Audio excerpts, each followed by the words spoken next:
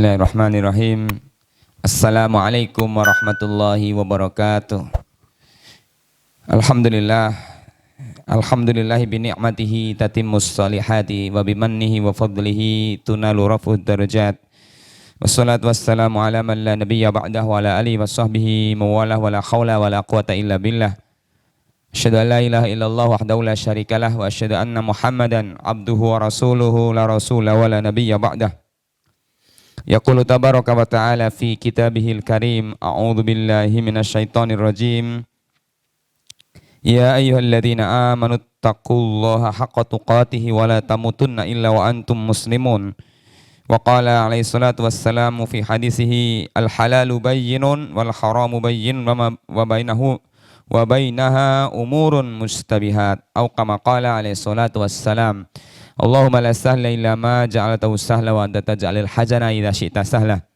Ibadi fillah azakumullah jamaah kaum muslimin rahimakumullah. Pada episode yang ke-10 ini kita akan melanjutkan pembahasan tentang rubu'ul adat, yaitu sampai kepada pembahasan al-halalu wal haram, yaitu tentang al-wara'. Kalau pada pertemuan kemarin kita sudah membahas beberapa hal yang kaitannya dengan adab dalam bekerja, mencari kehidupan. Di sana Allah SWT menetapkan bahwa salah satu hal penting yang tidak boleh dilupakan dan ini perkara pokok adalah dalam mencari kehidupan, mencari ma'isyah, rezeki itu poin pentingnya salah satunya adalah kita diperintahkan untuk mencari yang halal. Kita diperintahkan untuk mencari yang halal. Kemudian yang kedua adalah seorang muslim akan senantiasa bekerja, tidak menjadi orang yang menjadi beban orang lain. Bahkan Rasulullah SAW memberikan pernyataan kepada kita, barang siapa, aku akan menjamin baginya surga bagi mereka yang menjaminkan dirinya untuk tidak menjadi beban bagi orang lain. Artinya tidak menjadi orang yang senantiasa menjadi peminta-minta. Ibadi fillah azakumullah jamaah kaum muslimin rahimakumullah. Di dalam pembahasan kita pada episode kali ini adalah tentang al-wara'u, ya, darajatul halal wal haram, ya, yaitu derajat halal dan haram, terkhusus kepada pembahasan tentang al-wara'u wa aqsamu, yaitu wara' dan pembagiannya. Anna talabal halali fardun ala kulli muslimin, ya. Wa qad idda'a katsirum minal juhali adamul halal. Sesungguhnya mencari sesuatu yang halal itu adalah kewajiban bagi setiap kaum muslim. Setiap orang Islam itu wajib baginya untuk mendapatkan atau mencari rezeki yang halal. Meskipun di sebagian banyak orang-orang bodoh mengatakan bahwa sekarang ini mencari sesuatu yang halal itu sudah tidak mungkin. Yang ada adalah yang haram. Lam yabqa minhu illal ma'al furat. Tidak ada sekarang ini rezeki yang halal, yang ada yang haram. Yang halal hanya disebut di sini adalah air dari sungai Efrat. Bahkan ada sebagian kalangan yang mengatakan mencari yang haram saja yang sulit, apalagi mencari yang halal. Maka Rasulullah SAW memberikan peringatan kepada kita supaya kita senantiasa menjadi orang-orang yang hati-hati dan menjadi orang yang senantiasa untuk mencari yang halal dari yang haram. Rasulullah SAW menyatakan, al-halalu bayyinun wal haramu bayyinun wa bainaha umurun mustabihat. Yang halal sudah yang jelas, yang haram juga jelas, dan di antara keduanya ada perkara-perkara yang disebut dengan mustabihat, yang penuh dengan syubhat, yang penuh dengan keraguan-raguan. Nah, ketika seseorang ingin mencari yang halal dari yang haram, maka ini berangkat dari sifat wara', sifat hati-hati. Imam Ibnul Qayyim al-Jauziyah menerangkan kepada kita tentang apa pengertian wara'. Yang pengertian wara' ini sangat-sangat tipis perbedaannya dengan pengertian zuhud. Imam Ibnul Qayyim al-Jauziyah mengatakan bahwa az-zuhdu Az-zuhdu huwa tarku ma la yanfa'u fil akhirah. Namanya zuhud itu adalah meninggalkan apa-apa yang la yanfa'u fil akhirah, yang tidak ada manfaatnya di akhirat. Jadi ketika orang ini mempunyai sifat zuhud, ya, yang dia pertimbangkan bukan lagi mana halal, mana haram, mana wajib, mana yang tidak wajib, tetapi dia pertimbangkan adalah jika sesuatu yang dia kerjakan itu tidak ada faedahnya di akhirat. Itu namanya orang yang berzuhud. Jika dia mempunyai harta, jika dia mempunyai sesuatu di dunia ini, kemudian sesuatu itu tidak ada faedahnya sama sekali di akhirat, maka dia akan tinggalkan. Maka ini namanya zuhud. Sementara warok diterjemahkan oleh beliau adalah tarku ma yukhafu dararuhu fil akhirah. Namanya warok itu adalah meninggalkan sesuatu yang dikhawatirkan akan berbahaya di akhirat. Jadi meninggalkan sesuatu yang kira-kira nanti kalau sesuatu itu dia kerjakan akan mempersulit dia di akhirat nanti. Kita bisa melihat bagaimana sikap warok ini dimiliki oleh para sahabat. Bahkan Rasulullah SAW juga mencontohkan kepada kita tentang bagaimana sikap hati-hatinya Rasulullah SAW ketika ingin mendapatkan makanan. Bahkan Abu Bakar As-Siddiq radhiyallahu anhu, orang yang paling mulia setelah Rasulullah SAW dalam banyak keterangan, Abu Bakar memberikan contoh kepada kita bagaimana kita ini mempunyai sikap wara. Sikap wara. Abu Bakar As-Siddiq suatu hari beliau mempunyai seorang budak yang setiap saat beliau berikan kecukupan hartanya. Suatu hari budak ini kemudian memberikan makanan kepada Abu Bakar As-Siddiq. Begitu makanan itu diterima oleh Abu Bakar As-Siddiq, maka kemudian Abu Bakar As-Siddiq kemudian memakan makanan itu. Setelah selesai dimakan, maka sang budak kemudian mengatakan, "Ya Abu Bakrin, wahai Abu Bakar, tidakkah engkau tahu makanan yang setelah engkau makan tadi?" Maka Abu Bakar mengatakan, "Ada apa? Makanan yang sudah aku makan." Bahwa makanan itu adalah hasil dari dahulu di zaman jahiliyah. Aku dulu di zaman jahiliyah adalah seorang yang yang mempunyai profesi sebagai tukang ramal. Padahal aku bukanlah orang yang punya ilmu untuk meramal itu. Dan banyak orang yang tertipu dengan juru ramalku, dengan ramalanku, dan aku mendapatkan uang atasnya. Maka demi mendengar kalimat itu, maka kemudian Abu Bakar As-Siddiq kemudian memuntahkan semua yang dia makan tadi karena dia khawatir tercampur dengan sesuatu yang haram. Jamaah kaum muslimin rahimakumullah. Ini gambaran tentang bagaimana sikap hati-hatinya seorang Abu Bakar As-Siddiq supaya beliau tidak terjerumus kepada yang haram. Kemudian kita juga mendengar bagaimana sikap warok ini dimiliki oleh ulama-ulama setelah itu. Misalnya kita mengambil kisah yang sangat masyhur di kalangan ulama-ulama kita tentang kisah seorang Sabit bin Ibrahim, yang tidak lain Sabit bin Ibrahim ini adalah ayahanda dari Imam Abu Hanifah, Nu'man bin Sabit. Imam Abu Hanifah ini beliau mempunyai bapak namanya Sabit bin Ibrahim. Maka Imam Abu Hanifah dikenal dengan nama Nu'man bin Sabit. Imam Abu Hanifah yang kita ketahui begitu beliau seorang yang alim, seorang mujtahid, seorang yang luar biasa. Ini mempunyai bapak namanya Sabit bin Ibrahim. Nah, Sabit ini dulu ketika beliau masih berumur muda, masih usia muda, Sabit bin Ibrahim suatu hari beliau berjalan-jalan, maka kemudian beliau mendapatkan di pinggir jalan itu ada sebuah apel.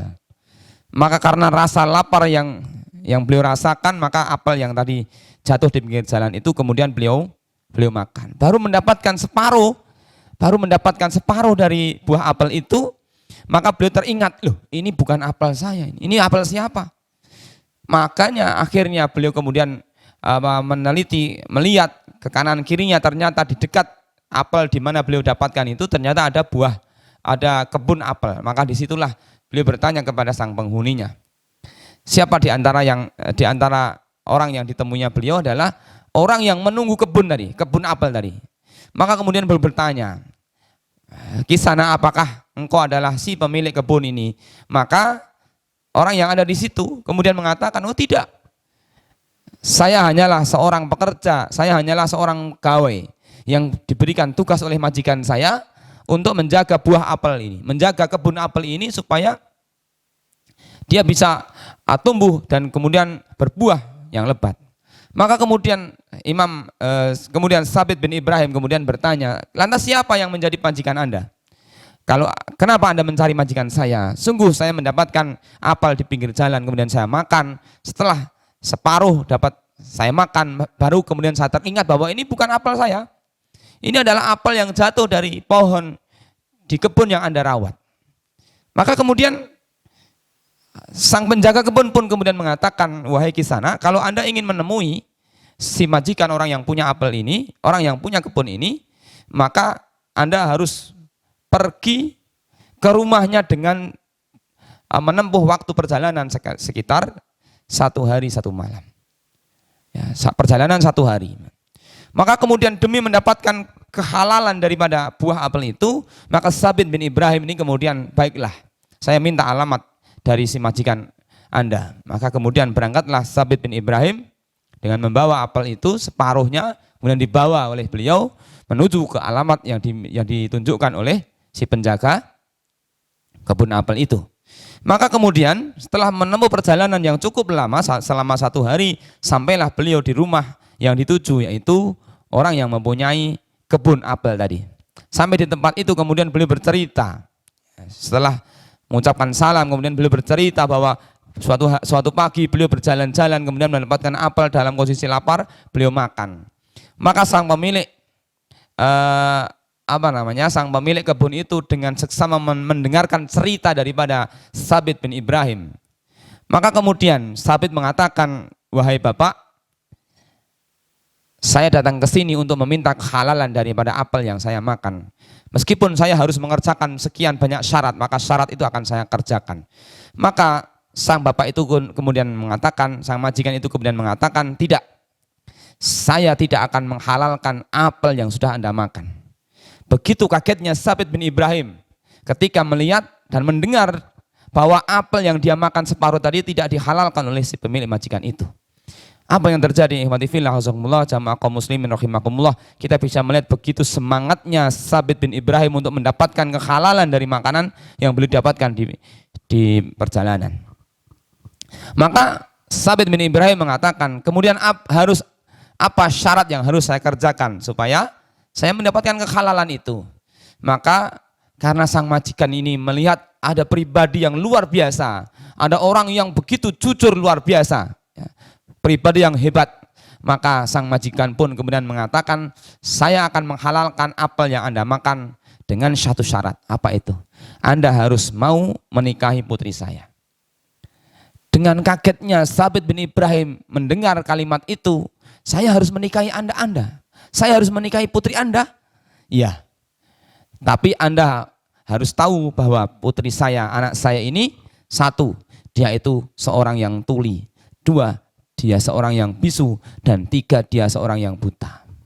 Ibadati fillah, azakumullah, saudara-saudara kaum muslimin yang dirahmati Allah Ta'ala, bagaimana seandainya kita berada dalam posisi itu?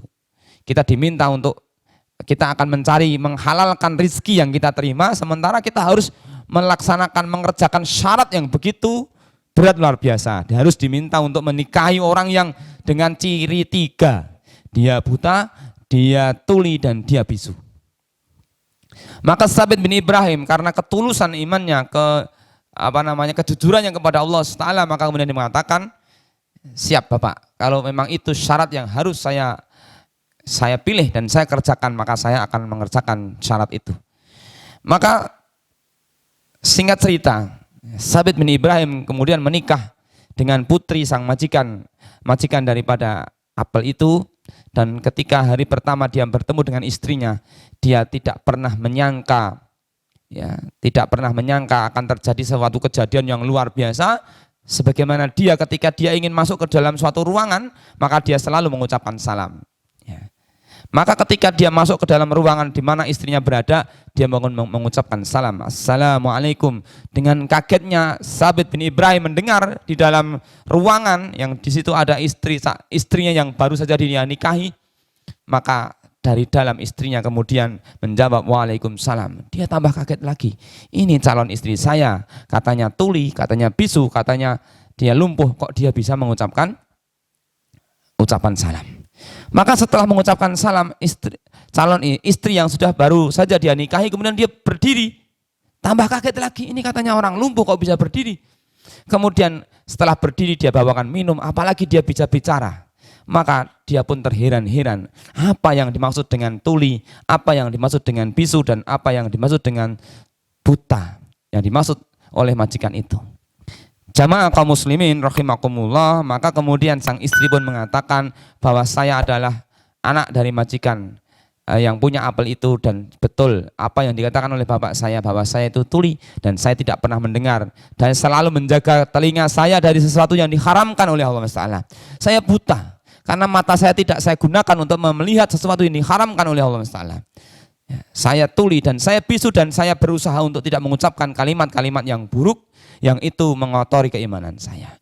Ikhwati fillah azzakumullah, jamaah kaum muslimin rahimakumullah, bagaimana kita bisa melihat sikap warok yang ditunjukkan oleh Sabit bin Ibrahim, ya, yang kemudian mendapatkan istri yang begitu salihah, dari keduanya lahir seorang imam, yang itu Imam Abu Hanifah yang juga dikenal dengan Imam Nu'man bin Sabit. Jamaah kaum muslimin rahimakumullah, masih banyak cerita tentang warok, bagaimana kita mendudukkan pengertian warok, bagaimana kita berhati-hati dalam memilih harta, dan bagaimana kita bersikap hati-hati, karena hari ini adalah kita hidup di satu zaman yang zaman ini luar biasa, sulitnya luar biasa. Bahkan sebagian ulama kita mengatakan bahwa hari ini kita hidup di zaman yang zaman kita ini menyerupai zaman fatrah. Zaman fatrah itu adalah zaman kosongnya diutusnya para nabi. Ya, jeda waktu yang lumayan lama yang tidak diutus oleh para nabi. Pada saat zaman itu, zaman yang sulit untuk membedakan mana tauhid, mana syirik, mana sunnah, mana bid'ah, dan mana hak, mana batil, begitu luar biasa. Tetapi ketika kita hidup di zaman yang seperti ini, kemudian kita mampu bersikap sebagaimana sikap warok yang dituntunkan oleh Rasulullah dan para sahabat ridwanullahi alaihim ajma'in, maka ini adalah suatu prestasi yang luar biasa. Ihwati fillah, jamaah kaum muslimin rahimakumullah. Kemudian Imam Ibnu Qudamah Al-Maqdisi di dalam kitab ini, beliau membagi darajatul warok, tingkatan-tingkatan warok. Yang pertama adalah tarku kulli ma yuharrimuhu fatwal fuqaha. Yang pertama adalah tingkatan warok, yang pertama adalah meninggalkan sesuatu yang diharamkan karena fatwa para ulama fikih. Ya. Jadi perkara-perkara yang jelas itu di dalam Al-Quran, yang muhkamat itu sudah jelas. Tetapi perkara-perkara yang mutasyabih ini, yang sulit untuk diidentifikasi, maka disinilah ranah para ulama untuk menerangkan kepada kita apakah perkara-perkara itu masuk dalam kategori haram atau masuk dalam kategori yang mubah. Nah, ketika kita mengetahui bahwa para ulama-ulama ahli fikih, ulama-ulama yang sudah punya kompetensi ilmunya, mereka memberikan fatwa kepada kita tentang keharaman suatu perkara, kemudian kita mampu meninggalkannya, maka kita masuk dalam tingkatan ini. Tingkatan yang pertama yaitu meninggalkan sesuatu yang diharamkan karena mengikuti atau mentaati fatwa dari para ulama. Contoh misalnya menjauhi riba. Di sebagian kalangan masih ada yang menganggap bahwa riba itu bukan riba itu bukan sesuatu yang diharamkan. Maka ketika kita mendengar para ulama telah menyebutkan bagaimana riba itu dan bahayanya, dan kemudian kita meninggalkan, kita termasuk bagian dari orang-orang yang hati-hati, ya, menjauhkan diri kita dari hal-hal yang demikian. Kemudian contoh lagi misalnya ketika kita meninggalkan muamalah-muamalah yang fasid, muamalah kontemporer yang rusak, ya, jenis jual beli yang mungkin secara fikih akan dianggap cacat secara akad atau yang lainnya, yang kemudian difatwakan oleh para ulama. Ini tingkatan yang pertama. Kemudian yang kedua adalah tarku syubhat, meninggalkan sesuatu yang syubhat. syubhat, ya, yang belum jelas status hukumnya, yang belum jelas kehalalannya. Ya, ini juga bagian daripada sikap wara'. Ikhwati fillah azamullah, syaitan itu menjerumuskan manusia, ya, sebagaimana kita lihat di dalam keterangan-keterangan yang disebutkan dalam kitab Ighatsatul Lahfan min Masayyidis Syaitan karangan Imam Ibnul Qayyim Al-Jauziyah. Beliau menyebutkan bahwa di antara dua senjata utama yang digunakan oleh syaitan untuk menjerumuskan manusia adalah fitnatus syahwat dan fitnatus syubhat. Menggoda manusia dengan syahwat dan menggoda manusia dengan syubhat. Nah, kalau urusan syahwat mungkin akan selesai, mungkin akan bisa diminimalisir, diobati dengan siam. Kita melaksanakan siam, ibadah Ramadan. Itu bagian dari cara kita meredam syahwat. Tetapi syubhat ini keraguan seseorang terhadap suatu perkara yang belum jelas. Di awal pembahasan kita bahas tentang, kita sebutkan satu hadis yang disebutkan oleh Imam At-Tirmidzi tadi, yaitu al-halalu bayyinun. Imam Al-Bukhari juga meriwayatkan al-halalu bayyinun wal haramu bayyin wa bainaha umurun mustabihat. Yang halal itu jelas, yang haram itu jelas. Di antara halal haram ini ada perkara-perkara yang sifatnya syubhat. Maka kita perlu meninggalkan yang demikian. Kemudian yang ketiga adalah tarku malaya mala ba'sa bihi makhafatan ma bihi ba'sun. Yang ketiga, tingkatan marok yang berikutnya adalah meninggalkan sesuatu yang berbahaya karena kita takut munculnya bahaya itu. Meninggalkan sesuatu yang diduga memberikan madorot karena kita takut akan memberikan sesuatu itu menimbulkan madorot kepada kita. Ini banyak ya, perkara-perkara yang seperti ini banyak sekali yang kita duga bahwa perkara itu menjadi sesuatu yang belum jelas, kemudian akan diduga kuat akan menimbulkan bahaya, kemudian kita tinggalkan. Misalkan muamalah kontemporer yang hari ini banyak sekali dengan sekian banyak macamnya, mungkin dalam hitungan kita, oh ini tidak manfaat, akan berbahaya, maka kita tinggalkan. Kemudian yang keempat adalah tarku ma huwa munfaqun anil afat. Meninggalkan sesuatu karena takut terlena, karena takut lupa. Sesuatu itu ketika kita kerjakan, maka menyebabkan kita ini terlena, menyebabkan kita ini lupa kepada Allah Taala. Nah, ini tingkatan yang luar biasa ini. Ya. Jadi bukan lagi bicara apakah ini halal, ini haram, ya tidak. Tetapi ketika sesuatu itu menyebabkan kita lupa kepada Allah, lupa dari beribadah kepada Allah, maka ini ditinggalkan. Ya, meskipun perkara itu mubah, perkara itu mubah. Jadi bukan lagi berbicara, wah ini makruh, tidak lagi berbicara itu. Maka inilah sikap warok yang dicontohkan oleh para ulama kita, dan ini sesuatu yang luar biasa, prestasi. Bahkan sebagian ulama kita mengatakan orang yang punya sikap warok yang seperti ini, dia mendapatkan derajat yang lebih tinggi daripada seorang yang bertakwa kepada Allah Taala. Jadi orang yang takwa itu derajatnya malah di bawahnya orang yang warok, karena orang yang warok itu bukan hanya meninggalkan. Kalau para ulama kita menyebutkan at-taqwa itu namanya bertakwa itu adalah imtisalul awamir wa ijtinabun nawahi. Namanya takwa itu mengerjakan yang diperintahkan dan meninggalkan yang dilarang. Ini takwa. Tetapi warok ini bukan hanya yang diperintahkan saja, yang bukan mempertimbangkan mana yang diperintahkan dan mana yang tidak diperintahkan, tetapi jika perkara itu dikhawatirkan menyebabkan kita lalai kepada Allah, lupa kepada zikir kepada Allah, maka ditinggalkan.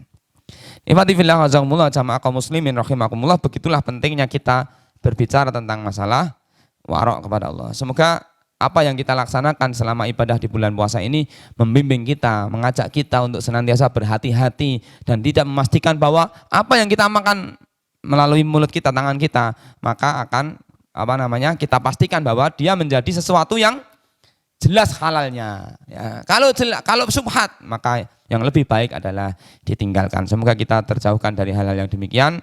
Ikhwati fillah semua jamaah kaum muslimin rahimakumullah, demikian barangkali di episode yang ke-10 tentang warok dan macam-macamnya.